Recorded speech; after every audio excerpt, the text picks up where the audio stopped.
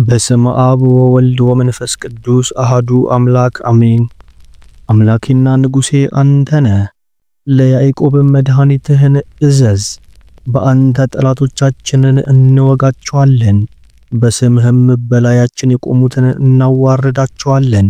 በቀስት የምታመን አይደለሁምና ሰይፌም አያድነኝምና፣ አንተ ግን ከጠላቶቻችን አዳንከን፣ የሚጠሉንንም አሳፈርካቸው። ሁልጊዜም በእግዚአብሔር እንከብራለን፣ ስምህንም ለዘላለም እናመሰግናለን።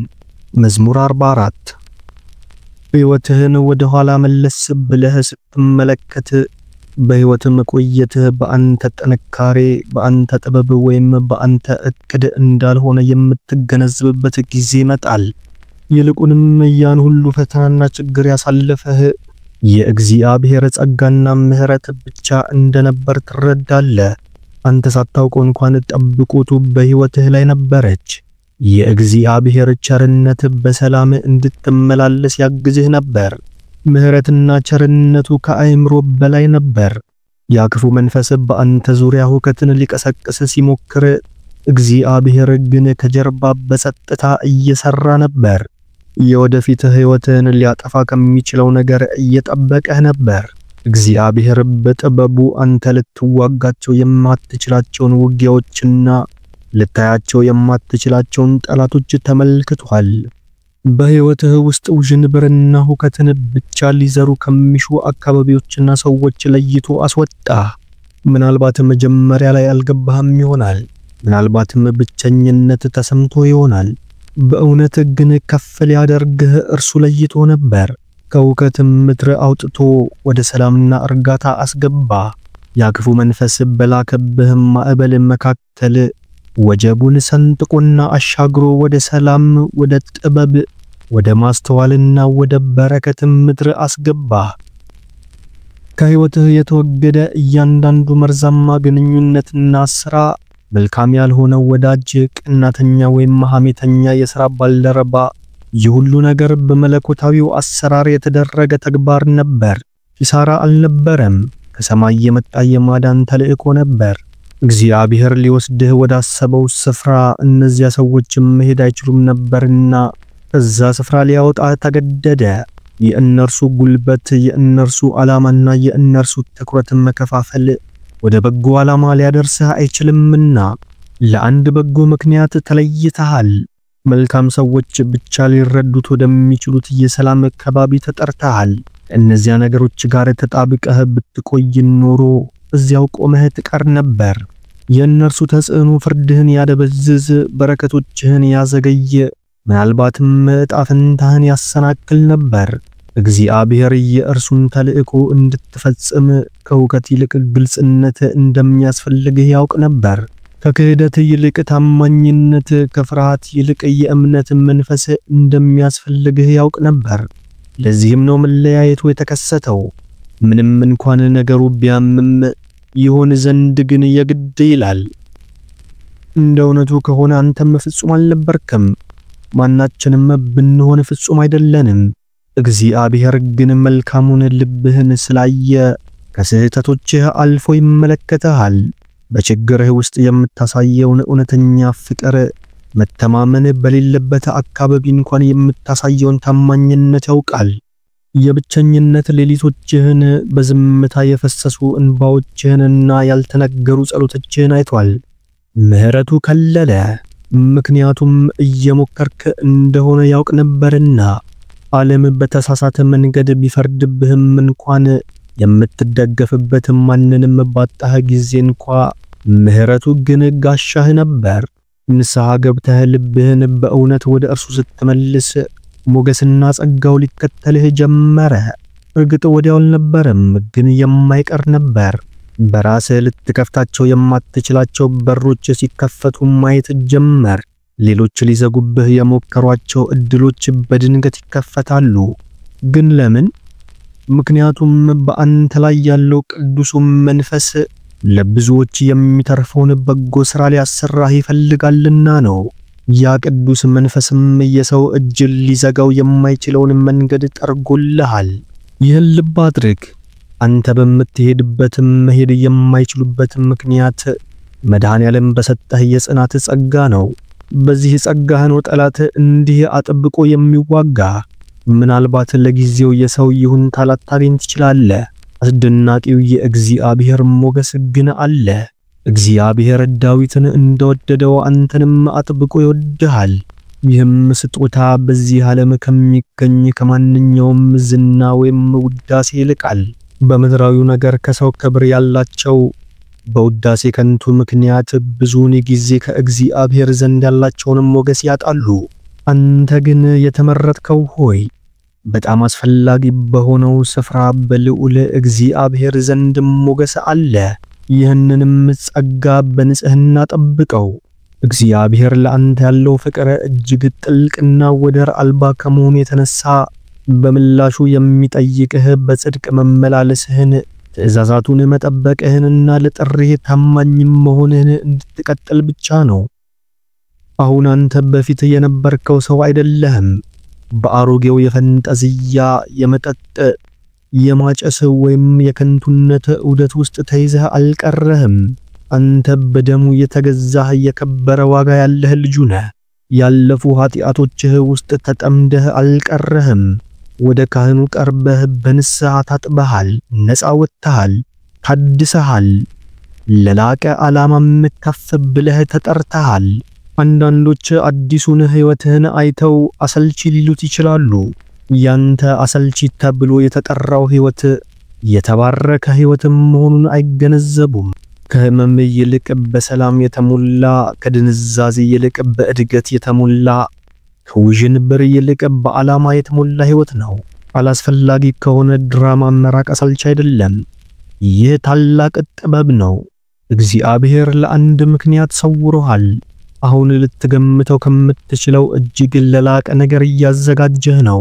በስውር የመገንባት ወቅት ላይ ነህ። አሁን ሁሉ ነገር ጸጥ ያለ ሊመስል ይችላል።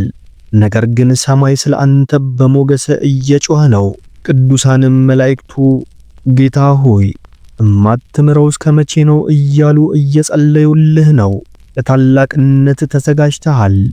ምክንያቱም ከዝና ይልቅ መታዘዝን መርጠሃል። ከመመሳሰል ይልቅ ንጽህናን መርጠሃል። ከዓለም ይልቅ እግዚአብሔርን መርጠሃል። እርሱም ይህን ምርጫህን በታላቅ ሁኔታ ሊያከብር ነው። በእናንተ ዙሪያ አዳዲስ ጅማሮች ያቆጠቁጣሉ። አንዳንዶቻችሁ ከዓመታት በኋላ ወደ ትምህርት ትመለሳላችሁ። ሌሎች ደግሞ አገልግሎቶችን፣ ንግዶችን ወይም የእግዚአብሔርን ቃልና በጎን ነገር ለማስፋፋትና ለማዳረስ የዩቲዩብ ቻናሎችን እንኳን ሳይቀር ትጀምራላችሁ። ምንም ይሁን ምን እግዚአብሔር የሚከፍተውን በር ማንም ሊዘጋው እንደማይችል፣ እግዚአብሔርም የሚዘጋውን በር ማንም ሊከፍተው እንደማይችል በትክክል ትረዳላችሁ። እርሱ በፊትህ በሚያስቀምጣቸው በሮች ሁሉ በድፍረት ተራመድ። እርሱ በፊትህ በሚያስቀምጣቸው በሮችም ሁሉ በድፍረት ተራመድ። ጸጋ እግዚአብሔር በዝና፣ በገንዘብ ወይም በቁሳዊ ሀብት የሚለካ ነገር ብቻ አይደለም።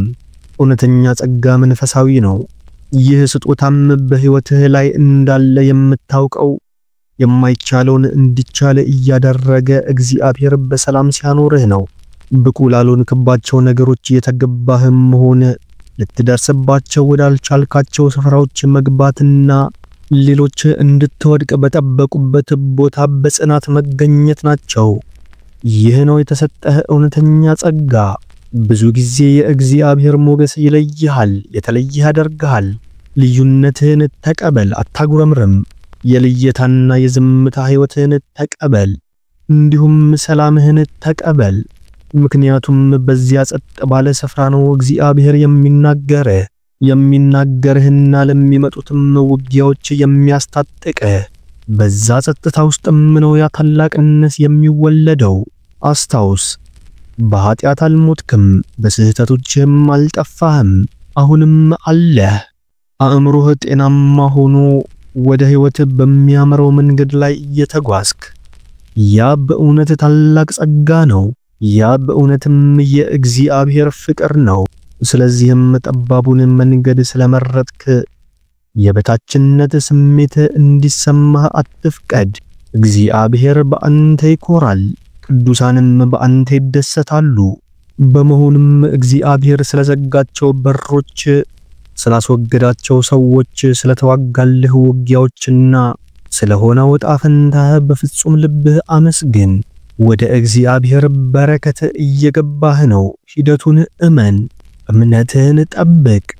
ከሁሉም የሚሻለው ደግሞ ገና እየመጣ ነው። ልዑል እግዚአብሔር ሆይ በጠፋንበት ጊዜ እንኳን ስለከለለን ጸጋህና ምሕረትህ እናመሰግንሃለን። ኃጢአታችንንና ስብራታችንን አይተህ ከመኮነን ይልቅ እኛን ለማዳን ስለመረጥክ እናመሰግንሃለን። አንተ መልካም በእውነትም አዛኝ አባት ነህ። በዚህ ጠባብ መንገድ ስንጓዝ የማያቋርጥ ምሪትህን እንጠይቃለን። ዓለም በአታላይ ነገሮች ብታሰነካክለንም በአንተ ላይ ትኩረት እንድናደርግ እርዳን። አንተን በማመን ጸንተን እንድንቆም እምነታችንን አጠንክርልን። የምንኖረው የምንንቀሳቀሰውና ሕልውናችን በአንተ ቸርነት መሆኑን ፈጽሞ እንዳንረሳ እርዳን። የማይጠቅመንን ነገርና ሁኔታዎች ከሕይወታችን ስላስወገድክልን እናመሰግንሃለን። ምንም እንኳን ቢያምም ምንም እንኳን ባይገባንም አንተ ግን ነገሮችን እያስተካከልክ ነበር። ከሁከት ስላዳንከንና ወደ መለኮታዊ ሰላምህ ስላመጣህን እናመሰግንሃለን። እቅድህን መረዳት ባንችልም እንኳን ፈቃድህን እንድናምን እርዳን። በሕይወታችን ላይ አዲስ የሞገስና የቸርነት ስጦታን እንጠይቃለን። ማንም ሊዘጋቸው የማይችላቸውን በሮች ክፈትልን። ክብርህ በእኛ ላይ እንዲገለጥ ፍቃድ። እንድንፈጽማቸው ላዘጋጀህን ተልእኮች ሁሉ በኃይልህ አስታጥቀን። በተስፋ በዓላማና በመለኮታዊ ምሪትህ ወደ አዲስ ጅማሮች መምራን። ያለፈውን ከንቱነት እንድንጠላ ብርታትን ስጠን። ወደ አስጣልከን ክፉ ነገር ወደ ኋላ እንዳንመለከትም እርዳን። ይልቁንም ቤተ ክርስቲያንን፣ ቅዱሳንህን፣ የተሻሉ ነገሮችን የምናይበትን ዓይን ስጠን። አዲሱን ማንነት በፍቅር በማይናወጥ እምነት እንድንቀበል እርዳን። የእጆቻችንን ሥራ ባርክልን። እንደ ፈቃድህ መንገዳችንን አቅና። በሄድንበትም ሁሉ ሞገስን ስጠን። ያላሰብናቸውን የበረከት በሮች እንድንመለከትም ዓይናችንን አብራ። ይህም ነገር ራሳችንን ለማኩራት ሳይሆን አንተን ለማመስገን፣ አንተን ለማክበርም ይሁንልን። ጌታ ሆይ ፍርሃቶቻችንንና ጥርጣሬዎቻችንን ለአንተ አሳልፈን እንሰጣለንና በፍጹም እምነት አቁመን። ልባችን ለአንተ እንዲከፈት ይበልጥ በአንተ እንድንተማመን እርዳን። በርህራሄ በምህረት በትህትናና በጥበብ ሙላን። ፍቅርህን አልብሰን። ለዓለሙ እንቅፋት ሳይሆን የብርሃን ዕቃዎች እንሁን። በቅድስና በጽድቅና በእውነት እንድንመላለስ እርዳን። በአስፈላጊውም ሰዓት ብቻችንን ለመጓዝ ድፍረትን ስጠን። ሰዎች በተሳሳተ መንገድ ቢረዱንም እንኳን በአቋማችን ጸንተን ለመቆም ድፍረትን አድለን። የምንኖረው አንተን በማክበር እንዲሆን ሁልጊዜም ቢሆን አስታውሰን። ከቅዱሳንህ ጋር በዘላለም ረፍት ታኖረን ዘንድም እንለምንሃለን። ምስጋና ይሁን አንድ አምላክ ለሚሆን ለአብ ለወልድ ለመንፈስ ቅዱስ ዛሬም ዘወትርም እስከ ዘላለሙም አሜን።